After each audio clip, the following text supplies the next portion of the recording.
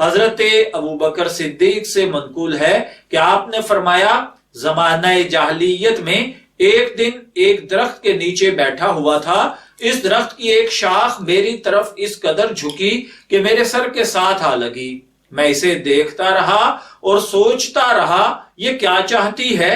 اس درخت سے میرے کان میں آواز سنائی دی، ایک پیغمبر فلاں وقت میں ظاہر ہوگا، لوگ اس پر ایمان لائیں گے، تجھے چاہیے کہ ان میں سب سے نیک بخت بنے۔ میں نے اس سے کہا کہ وضاحت سے بیان کر کے وہ پیغمبر کون ہے، اس کا نام کیا ہے؟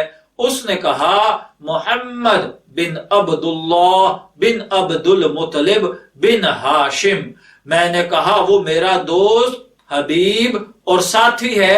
میں نے اس درخت سے وعدہ کیا کہ جب وہ مبعوث ہوں مجھے خوشخبری دے۔ جب نبی کریم مبعوث ہوئے اس درخت سے آواز آئی، اے ابو قحافہ کے بیٹے مستعد ہو جا اور کوشش کر، کیونکہ اس کی طرف وحی آ گئی ہے۔ مجھے رب موسیٰ کی قسم ہے کہ کوئی تجھ سے سبقت نہیں لے جائے گا۔ جب صبح ہوئی رسول اللہ صلی اللہ علیہ وآلہ وسلم کی خدمت میں حاضر ہوا، آپ نے فرمایا اے ابو بکر میں تجھے خدا اور رسول کی طرف بلاتا ہوں۔ میں نے کہا انک رسول اللہ بالحق، پس آپ پر ایمان لے آیا اور آپ کے قول کی تصدیق کی۔ ایک دوسری روایت میں ہے کہ جب خواجہ لولاک کے جسد ہمت پر انا ارسلناک کی خلط آراستہ ہوئی تو آپ نے سوچا کہ کوئی ایسا رازداں چاہیے جو اس بات کے سننے کی طاقت رکھتا ہو اور مصلحت کی جانب کو ترک نہ کرے۔ پس ابو بکر کی دوستی نے جو نبی کریم کے دل مبارک میں درجہ اعتبار کو پہنچی ہوئی تھی، اشارہ کیا کہ ابو بکر کمال عقل سے موصوف اور حسن اعتقاد اور دوستی کے خلوص کے ساتھ معروف ہے، اس بات کی اہلیت رکھتا ہے کہ اس امر میں رازداں بنایا جائے۔ آپ نے پختہ ارادہ کر لیا کہ صبح اس کے پاس جائیں گے اور اس راز سے اس کو آگاہ کریں گے۔ ادھر حضرت ابو بکر صدیق رضی اللہ تعالیٰ عنہ ساری رات اس سوچ میں مستغرق رہے کہ یہ دین جو ہمارے آباء و اجداد کا پسندیدہ ہے، فطرت سلیم اور عقل کے نزدیک پسندیدہ نہیں ہے، اور ایسی چیز کی عبادت کا کیا فائدہ جو نہ نقصان کو دور کر سکتی ہو نہ ہی نفع بخش ہو۔ اللہ تعالیٰ جو زمین و آسمان کا خالق ہے اور بسائط ابرار کے روشن رائے کا موجد ہے، عبادت کا حقدار کیوں نہیں؟ انہوں نے فیصلہ کیا کہ صبح سید ابرار کی روشن رائے سے جو خدائی فیض اور توفیق الہی کی جائے نزول ہے، ہدایت اور مشورہ حاصل کریں اور اس راز کو ان کی مجلس میں کھولیں۔ دونوں ایک دوسرے کی ملاقات کے ارادے سے چل پڑے۔ راستے میں دونوں کی ملاقات ہوئی۔ انہوں نے کہا پیغمبر صلی اللہ علیہ وآلہ وسلم نے فرمایا میں ایک بھلائی کے مشورہ کے لیے آ رہا تھا۔ ابو بکر نے عرض کی میں بھی ایک دینی مہم میں آپ کی خدمت میں آ رہا تھا۔ نبی کریم نے فرمایا راز سے پردہ اٹھائیے۔ ابو بکر نے عرض کی ہر کام میں آپ پیش رو ہیں، پہلے آپ اظہار فرمائیں۔ پیغمبر اسلام نے فرمایا کل فرشتہ مجھ پر ظاہر ہوا اور خدا کا پیغام لایا کہ لوگوں کو اللہ تعالیٰ کی طرف بلاؤ۔ میں حیران ہوں، تمہارے پاس آیا ہوں کہ تم کو رہنمائی کروں، دعوت کے سلسلے میں جو تمہاری رائے ہو اس کے مطابق عمل کریں گے۔ ابو بکر نے عرض کی پہلے مجھے دین کے شرف سے سرفراز کریں کہ کل سے میں سوتے جاگتے اسی فکر میں ہوں اور آج آپ سے یہ بات سن رہا ہوں۔ پیغمبر اسلام اس بات سے خوش ہوئے، فی الفور اسلام پیش کیا۔ ابو بکر نے اسلام کی دعوت کو قبول کر لیا اور مومنین کے پیش رو اور سب سے پہلے اسلام لانے والے بنے۔ اسی طرح قصص الاتقیہ میں عبداللہ بن مسعود سے ابو بکر کا ایک قول نقل کیا گیا ہے کہ بعثت سے پہلے میں تجارت کی غرض سے ملک یمن کی طرف گیا۔ قبیلہ ازد کے ایک 390 سالہ بوڑھے کے پاس میں رکا جس نے آسمانی کتابیں پڑھی ہوئی تھیں۔ جب اس جہاں دیدہ بوڑھے نے مجھے دیکھا اس نے کہا میرا خیال ہے کہ تم حرم کعبہ سے تعلق رکھتے ہو۔ میں نے کہا ہاں۔ اس نے پوچھا کس قبیلے سے تعلق رکھتے ہو؟ میں نے کہا بنو تمیم سے۔ اس نے کہا ایک نشانی باقی رہ گئی۔ میں نے پوچھا وہ کون سی؟ اس نے کہا اپنی پیٹھ سے کپڑا اٹھائیے۔ میں نے کہا جب تک اپنا مقصد بیان نہیں کرتے میں نہیں اٹھاؤں گا۔ اس نے کہا میں نے کتابوں میں پڑھا ہے کہ حرم میں ایک پیغمبر مبعوث ہوگا، اس کے 2 معاون ہوں گے، ایک جوان، دوسرا ادھیڑ عمر شخص، چہرے سے لاغر جسم کا ہوگا، اس کے پیٹ پر داغ بائیں ران کی طرف نشانی ہے۔ میرا خیال ہے کہ وہ شخص تم ہو، میں چاہتا ہوں کہ اس داغ کو تمہارے پیٹ پر دیکھوں۔ ابو بکر نے فرمایا میں نے کپڑا پیٹ سے اٹھایا، میں نے دیکھا کہ میری ناف کے اوپر ایک سیاہ کھال ہے۔ اس نے کہا رب کعبہ کی قسم وہ ادھیڑ عمر آپ ہی ہیں۔ اس نے مجھے شفقت سے وصیت کی تھی کہ یمن میں اپنا کاروبار کی تکمیل کے بعد اسے الوداع کہنے کے لیے آؤ۔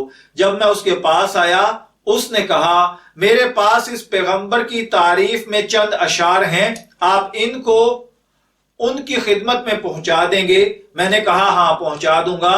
اس نے 12 اشعار مجھے پڑھ کر سنائے۔ حضرت ابو بکر صدیق نے کہا میں نے اشعار اسی پیر مرد سے یاد کر لیے اور اس کی وصیتوں کو قبول کیا اور مکہ میں واپس آ گیا۔ جب میں اپنے گھر میں آیا تو عتبہ بن ابی مغیظ و شیبہ اور ابو نجتری اور چند اور قریشی آئے ہوئے تھے۔ میں نے ان سے پوچھا کہ کوئی نئی چیز آپ کے ہاں پیدا ہوئی ہے؟ انہوں نے کہا اس سے زیادہ کیا عجیب بات کیا ہوگی کہ ابو طالب کے یتیم نے اٹھ کر پیغمبری کا دعویٰ کر دیا ہے اور ہمیں کہتا ہے کہ تم باطل ہو اور تمہارے آباء و اجداد بھی باطل پر تھے۔ اگر آپ کی امداد و اعانت اسے نہ ہوتی تو ہم اسے امن نہ دیتے۔ اب جب کہ آپ خود تشریف لے آئے ہیں خود ہی اس کام کو پایہ تکمیل تک پہنچائیں کیونکہ وہ آپ کا دوست ہے۔ جب میں نے ان سے یہ بات سنی تو ان کو معذرت کر کے واپس کر دیا۔ میں نے پوچھا محمد کہاں ہیں صلی اللہ علیہ وآلہ وسلم؟ انہوں نے بتایا کہ خدیجہ بنت خویلد کے گھر میں ہیں۔ میں جا کر دروازہ پر بیٹھا رہا۔ جب مصطفیٰ صلی اللہ علیہ وآلہ وسلم باہر تشریف لائے تو میں نے کہا یا محمد صلی اللہ علیہ وآلہ وسلم یہ کیا ہے جو آپ کی طرف سے باتیں بیان کی جاتی ہیں؟ پیغمبر نے فرمایا اے ابو بکر میں اللہ کا رسول ہوں، آپ مجھ پر دوسرے لوگوں کے ساتھ ایمان لے آئیے تاکہ اللہ تعالیٰ کی خوشنودی حاصل کر سکیں اور دوزخ سے ہمیشہ کے لیے چھوٹ جائیں۔ میں نے کہا آپ کے پاس برہان اور دلیل کیا ہے؟ آپ نے فرمایا میری دلیل وہ بوڑھا ہے جسے آپ یمن میں ملے تھے۔ انہوں نے کہا میں بہت سے بوڑھوں سے ملا ہوں، ان سے خرید و فروخت کی ہے۔ آپ نے فرمایا وہ بوڑھا جس نے 12 اشعار بطور امانت تمہیں دیے اور میرے پاس بھیجے اور وہ 12 اشعار آپ نے ابو بکر کو سنائے۔ حضرت ابو بکر صدیق نے عرض کی کس نے آپ کو اس حال کی خبر دی؟ آپ نے فرمایا مجھے اس بزرگ فرشتے نے بتایا جو مجھ سے پہلے تمام پیغمبروں پر اترا تھا۔ میں نے کہا ہاتھ بڑھائیے۔ میں نے آپ کا دست مبارک پکڑ کر کہا اشہد ان لا الہ الا اللہ واشہد انک رسول اللہ۔ میں خوشی خوشی گھر لوٹا۔ قبول اسلام میں سیدنا ابو بکر صدیق اسلام قبول کرنے والے دوسرے شخص تھے۔ آپ سے پہلے حضور نبی کریم صلی اللہ علیہ وآلہ وسلم کی زوجہ محترمہ ام المومنین اماں جی حضرت خدیجہ نے اسلام قبول کیا تھا۔ حضرت علی رضی اللہ تعالی عنہ سے کسی نے پوچھا کہ مہاجرین و انصار نے سیدنا ابو بکر کی بیعت میں سبقت کیوں کی جبکہ آپ کو ان پر فوقیت حاصل تھی؟ تو علی المرتضیٰ نے جواب دیا کہ سیدنا ابو بکر کو 4 باتوں میں فوقیت حاصل تھی۔ میں ان کے ہمسفر نہیں تھا، اسلام کا اعلان کرنے میں، ہجرت میں پہل کرنے میں، غار میں حضور نبی کریم کے ساتھ ہونے اور اعلانیہ نماز پڑھنے میں وہ مجھ سے آگے تھے۔ انہوں نے اس وقت اسلام کا اظہار کیا جب میں اسے چھپا رہا تھا۔ قریش مجھ کو حقیر سمجھتے تھے جبکہ وہ ابو بکر کو پورا وزن دیتے تھے۔ اللہ کی قسم اگر سیدنا ابو بکر کی یہ خصوصیات نہ ہوتی تو اسلام اس طرح نہ پھیلتا، اور طالوت کے ساتھیوں نے نہر سے پانی پی کر جس کردار کا اظہار کیا تھا اسی طرح کے کردار کا اظہار لوگ یہاں بھی کرتے۔ دیکھتے نہیں کہ جہاں اللہ تعالیٰ نے دوسرے لوگوں کو ڈانٹتا وہاں سیدنا ابو بکر کی تعریف بھی کرتا۔